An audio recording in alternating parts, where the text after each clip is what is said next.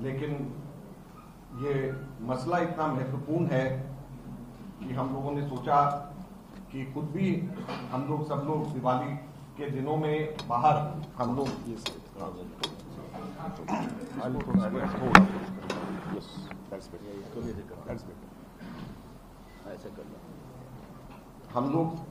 खुद भी दिवाली के दिनों में अपने अपने क्षेत्रों से बाहर निकल करके देश भर में कांग्रेस पार्टी ने ये तय किया है कि मनमोहन सिंह जी सरकार में उनकी कैबिनेट में जो मंत्री रहे हैं वो लोग पूरे देश भर में जाएं और देश भर में जाकर के एक बहुत महत्वपूर्ण असलियत सब लोगों के सामने इस वक्त बताने की जरूरत है, जिसको आप सब लोगों के बीच में साझा करने के लिए मैं आज यहां पर आया हूं। 28 अक्टूबर को विनोद राय जो कि सीएजी थे, कांग्रेस के जमाने में कांग्रेस ने जिनको कंट्रोलर एंड ऑडिटर जनरल बनाया, उन्होंने संजय निरुपम जी से लिखित में माफी मांगी और जब वो माफी मांगी उन्होंने लिखित में, तो हमारा मानना है कि वो एक माफी जीवी की श्रेणी में आ गए। माफी जीवी कौन? उससे पहले हमारे अरविंद केजरीवाल दिल्ली के मुख्यमंत्री 4 बार माफी मांग चुके हैं राइटिंग में, जिसमें कपिल सिब्बल जी के बेटे से भी माफी मांगी और लोगों से भी माफी मांगी है। तो ये माफी जीवी एक इस प्रकार की श्रेणी है जो कि लोगों के अंदर भ्रम फैलाने का काम करते हैं और उसके बाद माफी मांग करके आराम से निकल जाते हैं। आज आप लोगों के बीच में हम लोग कहना चाहते हैं, हम लोग याद दिलाना चाहते हैं, और क्यों मनमोहन सिंह जी की सरकार के हम कैबिनेट मिनिस्टर्स यहां पे आकर के और देश के अलग अलग इलाकों में जाकर के हम कह रहे हैं इसलिए कि हमें बहुत दुख और तकलीफ होता है कि झूठ के सहारे उस वक्त कांग्रेस की सरकार को बदनाम किया गया। आज 7 वर्ष हो गए हैं और उस झूठ को एक एक करके उसको परत दर परत वो झूठ नीचे निकलती जा रही और सच्चाई लोगों के सामने आ रही। और ये सोची समझी साजिश और षड्यंत्र था। ये 2G का मसले के ऊपर, जिसके ऊपर विनोद राय जी ने 1,76,000 करोड़ का लॉस उन्होंने अपने सीएजी के अंदर बताया, तो ना केवल इनसे माफी मांगी बल्कि 2017 के 21 दिसंबर को ओपी सैनी जो स्पेशल कोर्ट इसका था उसके जजमेंट के अंदर उन्होंने, मैं कोट करना चाहूंगा, उन्होंने कहा absolutely no hesitation in holding that the prosecution has miserably failed to prove any charge against any of the accused made in this well choreographed chargesheet. Well choreographed chargesheet, और कोई भी चार्ज प्रूव करने में, ये साबित करने में कामयाब नहीं हो पाए हैं प्रोसिक्यूशन। और प्रोसिक्यूशन कौन थे? मैं अभी बता रहा था, ये स्पेशल पब्लिक प्रोसिक्यूटर बनाए गए थे, अपॉइंट करे गए थे सुप्रीम कोर्ट के कहने के ऊपर।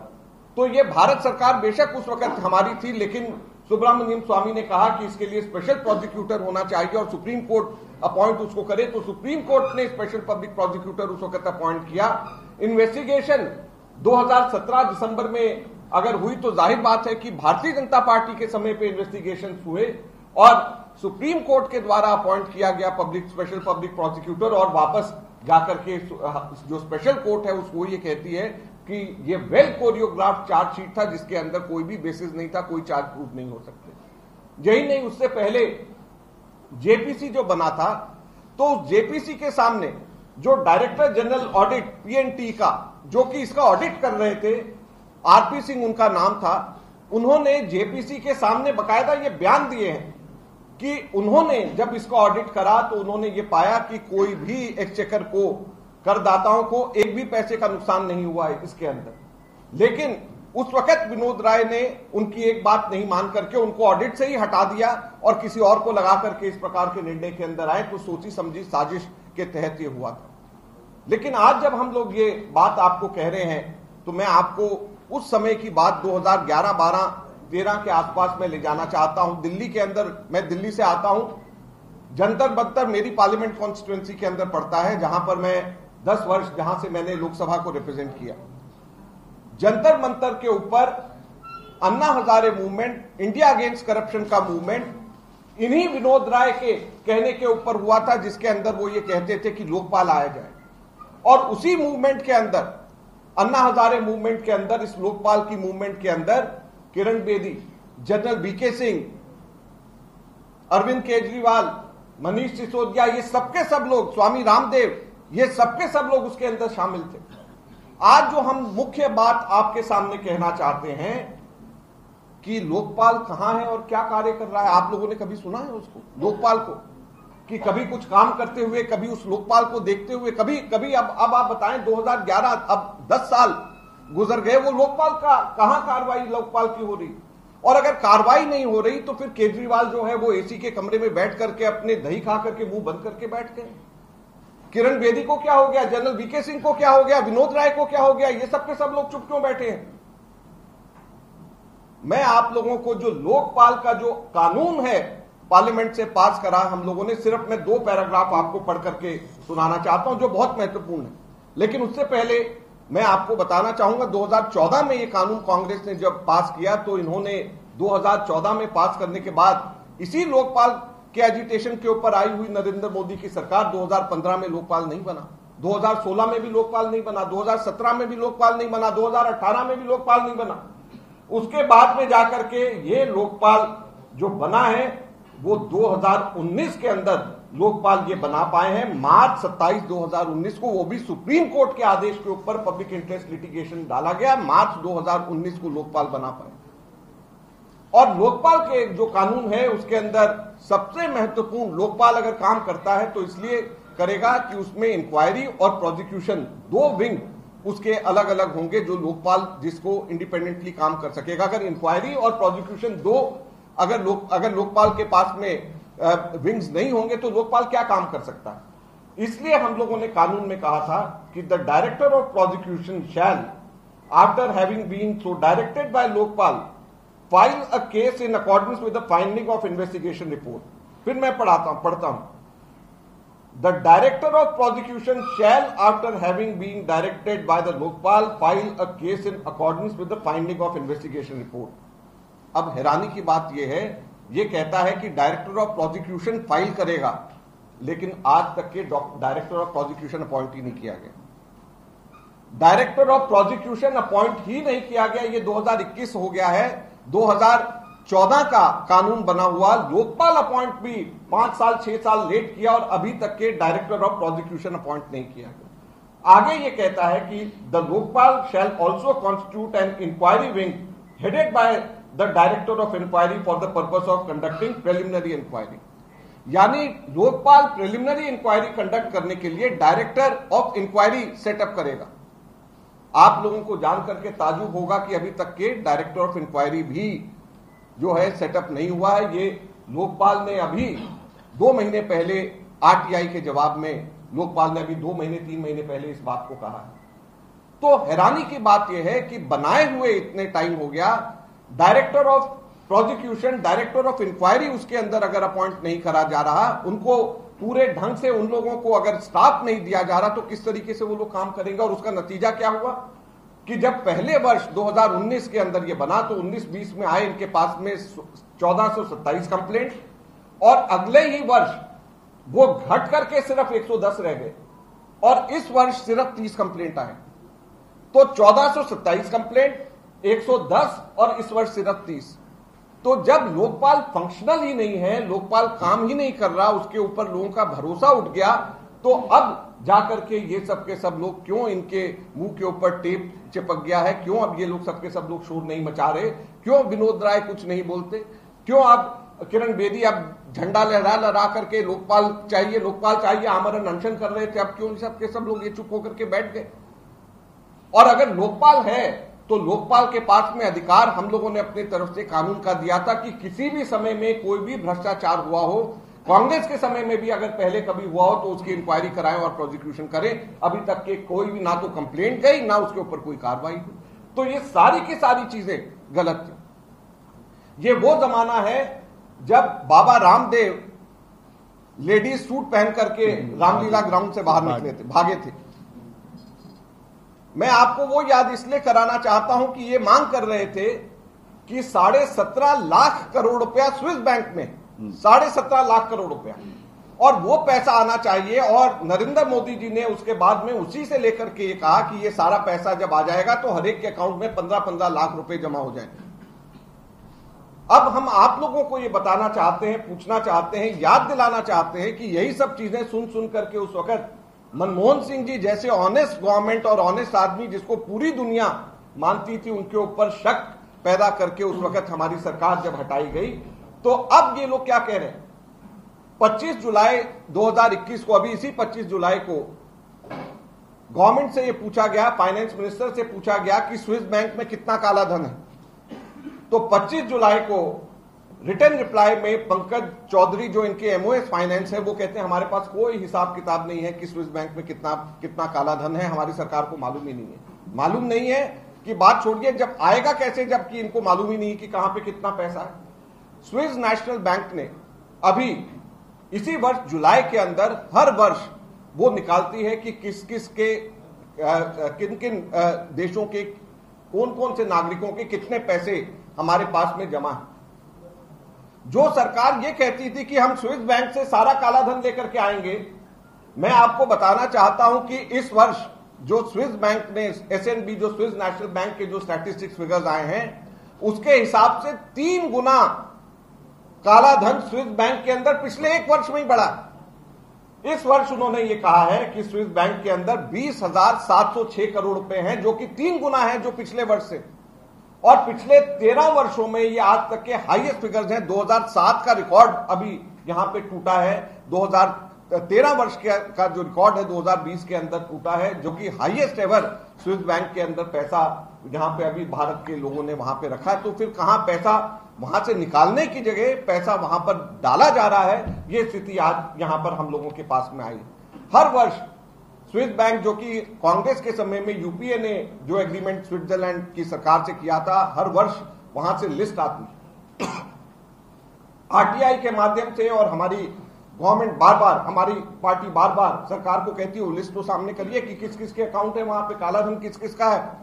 सरकार अभी तक के वो लिस्ट आरटीआई के माध्यम से या इवन लोगों को पब्लिक अभी तक के नहीं कर पाई है। और अगर ये सब लोगों को ये कहते थे कि कांग्रेस के लोगों का है पैसा स्विस बैंक में, तो उसको पब्लिक क्यों नहीं कर रहे? हम लोग ये मांग करते हैं कि स्विस बैंक में जो लिस्ट है, जो स्विट्जरलैंड की गवर्नमेंट ने इनको दिया है, लेटेस्ट लिस्ट अभी इस वक्त इस साल अक्टूबर में दिया, तो उसको लिस्ट को साझा करें, लोगों के सामने बताएं। पिछले साल भी हम लोगों ने मांग करी थी, हर साल जो लिस्ट देते वो लिस्ट क्यों नहीं सामने सबके सामने लेकर के आते हैं। अब हमारी मांग क्या है? हमारी मांग यह है कि जैसे विनोद राय जी ने संजय निरुपम जी से माफी मांगी है, वैसे विनोद राय जी को पूरे के पूरे देश से माफी मांगनी चाहिए। और ना केवल विनोद राय जी को, बल्कि जितने भी लोग उस वक्त आंदोलन के अंदर जुड़े हुए थे, जिन्होंने कांग्रेस को, मनमोहन सिंह जी की एक ऑनेस्ट सरकार को बदनाम किया, उन सब लोगों को देश से माफी मांगनी चाहिए। और विनोद राय उसके बाद में एक पुरस्कार स्वरूप उनको बैंक रिक्रूटमेंट बोर्ड का चेयरमैन बना दिया गया, मंत्री दर्जे के साथ में, घोड़ा गाड़ी पर्क्स के साथ। तो हमारी मांग यह है कि विनोद राय सरकारी खजाने के अंदर वापस वो पैसा जमा कराएं जो कि पैसा सरकार ने उनके ऊपर खर्च किया है रिटायरमेंट के बाद में, क्योंकि वो पैसा सरकार ने जो उनके ऊपर खर्च किया है वो इनाम स्वरूप उनको दिया गया है, क्योंकि वो पैसा उनको वो डिजर्व नहीं करते, वो पोस्ट वो डिजर्व नहीं करते। हमारी ये मांग है। और ये सभी के पूरा का पूरा गैंग, विनोद राय, केजरीवाल, किरण बेदी, जैसे मैंने कहा कि ये सब के सब माफीजीवी ये लोग हैं। ये विनोद राय, केजरीवाल, किरण बेदी, जनरल वीके सिंह, बाबा रामदेव, अन्ना हजारे, इन सब लोगों को देश के सामने माफी मांगनी चाहिए, क्योंकि इन्होंने देश को गुमराह किया। ना तो कोई भी बात जो इन्होंने कही उस वक्त अभी तक कोई साबित हो पाई, ना कोई भी लोकपाल के ऊपर, ये सबके सब लोग चुप्पी साध करके बैठे हुए हैं। लोकपाल पूरा डिफंक्ट हुआ है, जो कांग्रेस के समय में कानून बनाया उसका पालन नहीं हो रहा।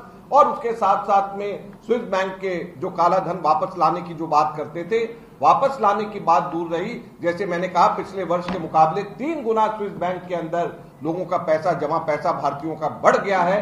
तो उसकी लिस्ट भी सामने करे, ये कांग्रेस पार्टी मांग करती है, और जिसके लिए आज मैं यहां पर दिल्ली से आया हूं। और हमारे सभी जो मिनिस्टर्स उस वक्त के थे, सभी के सभी पूरे देश भर में जाकर के हम लोग इन मांगों के साथ में आप सब लोगों को बात कर रहे हैं और आप सब लोगों के सामने इसके लिए इसको लेकर के आए हैं। धन्यवाद। एक सवाल ये है कि आज नांदेड़ के देवलूर विधानसभा का बाई इलेक्शन, अरे ये डिस्कशन कर लो, इसको करके फिर बात अगर इससे विषय से जुड़ा जो भी विषय कर लो, नेशनल थोड़ा सा बात ये कर लो, उसके बाद आएंगे उपचुनाव। विनोद राय का लेवल की आप लगातार कर रहे हैं। विनोद राय को आपने कहा आपकी सरकार ने अपॉइंट किया, तो क्या आपकी सरकार में बैठे अधिकारियों को बीजेपी ने हाईजैक किया था क्या? देखिए, हम लोगों ने कभी भी इंस्टीट्यूशंस कैप्चर करने की कोशिश नहीं करी जैसे ये लोग करते हैं। आप बुनियादी फर्क देख लीजिए। हम लोग कभी भी अगर मान लीजिए हम लोग वैसा करा होता तो हम लोग ऐसा आदमी देखते जो कि जिसका कांग्रेस बैकग्राउंड का होता, उसको हम लोग यहां पर बिठाते जिस तरीके से ये लोग काम कर रहे हैं। हम लोगों ने कभी भी इंस्टीट्यूशंस को कैप्चर करने की कोशिश नहीं करी, ना इन्फ्लुएंस करने की कोशिश करी। ये बीजेपी की आदत है और ये गलत है। देखिए, अगर किसी भी लोकतंत्र के अंदर इंस्टीट्यूशंस कैप्चर हो जाए और खास तौर के ऊपर सीएजी जैसे इंस्टीट्यूशन, तो उससे ज्यादा लोकतंत्र के लिए खतरा नहीं हो सकता। अगर बीजेपी ने भी उसको अगर अपने साथ में मिला लिया तो इससे ज्यादा लोकतंत्र के ऊपर उनका हत्या का प्रयास नहीं बड़ा हो सकता, जो कि उन्होंने उस वक्त किया। अगर मान लीजिए उन्होंने विनोद राय को अपने साथ में लाया, जो कि अब लग रहा है।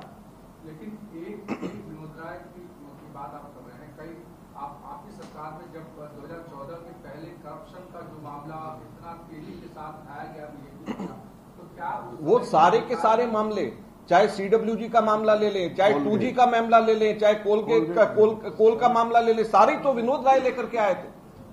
और अब ये सारी की सारी चीजें एक एक करके अब जो है, जब वो 1.76 करोड़ का कहते थे कि इसमें घोटाला हुआ है, तो अभी कोर्ट ने, ओपी सैनी ने अभी 21 दिसंबर 2017 को उन्होंने, ओपी सैनी ने कहा ना कि इसके अंदर कोई भी केस नहीं बनता है। तो ये क्यों इस तरीके से अब हो रहा है? तो ये एकदम बेसलेस है।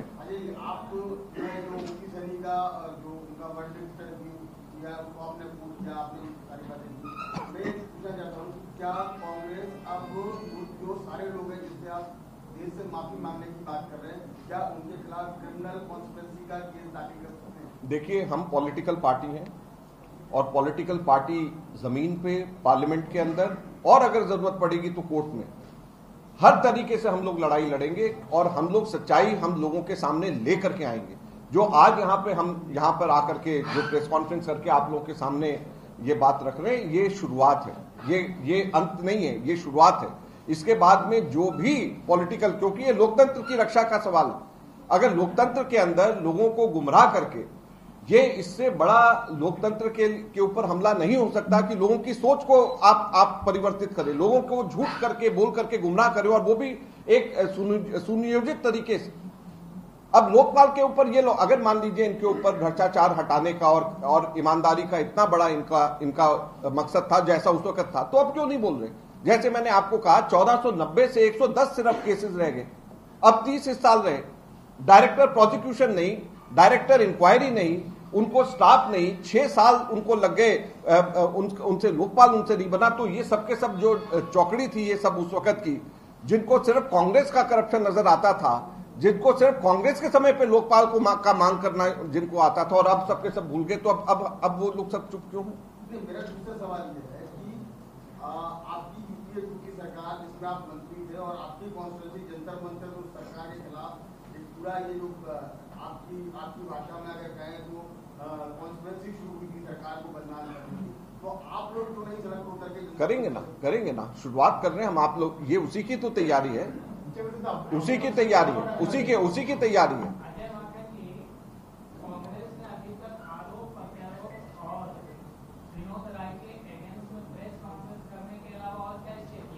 अभी 28 अक्टूबर को उसने माफी मांगी है। अभी आज हम लोगों ने 2 नवंबर को यहां पर आ गए हैं। तो आप ये चाहते हो कि हम जो है भूख हड़ताल से शुरू करें और प्रेस कॉन्फ्रेंस से अंत करें? तो ऐसा नहीं होता। हमारी प्रेस कॉन्फ्रेंस से शुरुआत है और आगे इसको आप सब लोगों की इसमें सहयोग की जरूरत है। उन्होंने यही कहा कि डिफेमेशन का केस डालेंगे।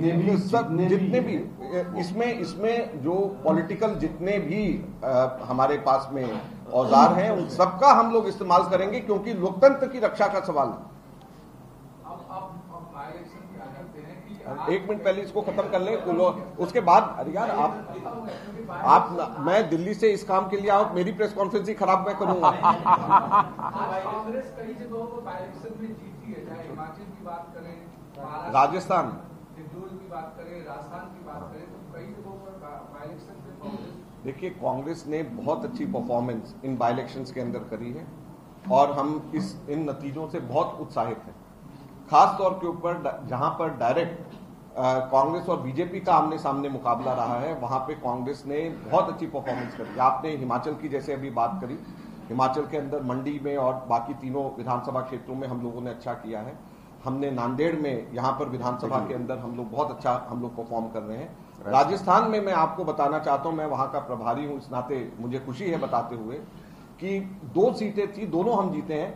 एक सीट हम पिछली बार 25,000 वोट से हारे थे, वहां पे हम लोग 18,700 वोट से जीते हैं इस बार। और 2 सीटें हैं, एक में बीजेपी 4th आई है और एक में बीजेपी 3rd आई है राजस्थान में। तो हम लोगों का जहां जहां पर भी डायरेक्ट कांग्रेस वर्सेस बीजेपी है, चाहे हिमाचल है, चाहे राजस्थान है, चाहे यहां पे महाराष्ट्र है, इससे बड़ा साफ संकेत ये जा रहा है कि भारतीय जनता पार्टी के और केंद्र सरकार से लोग नाराज हैं और भाजपा के दिन बहुत ही उल्टी गिनती एक तरीके से इनकी शुरू हो चुकी है और कांग्रेस के शासन को राष्ट्रीय स्तर के ऊपर और कांग्रेस जहां जहां पर जिन जिन राज्यों में भी कांग्रेस का या शासन डायरेक्ट है या हमारे अलायंस के साथ में है, लोग उसको पसंद कर रहे हैं और कांग्रेस को वापस लोग जो है सत्ता देना चाहते हैं। बड़ा साफ इससे नजर आता है। नमस्कार, मैं हूं मानक गुप्ता। अगर आपको हमारा ये वीडियो पसंद आया हो तो इसे लाइक और शेयर जरूर करें और हां, हमें सब्सक्राइब और फॉलो करना ना भूलें ताकि आप देश और दुनिया की कोई खबर मिस ना करें। तो जुड़े रहिए हमारे साथ और देखते रहिए News 24।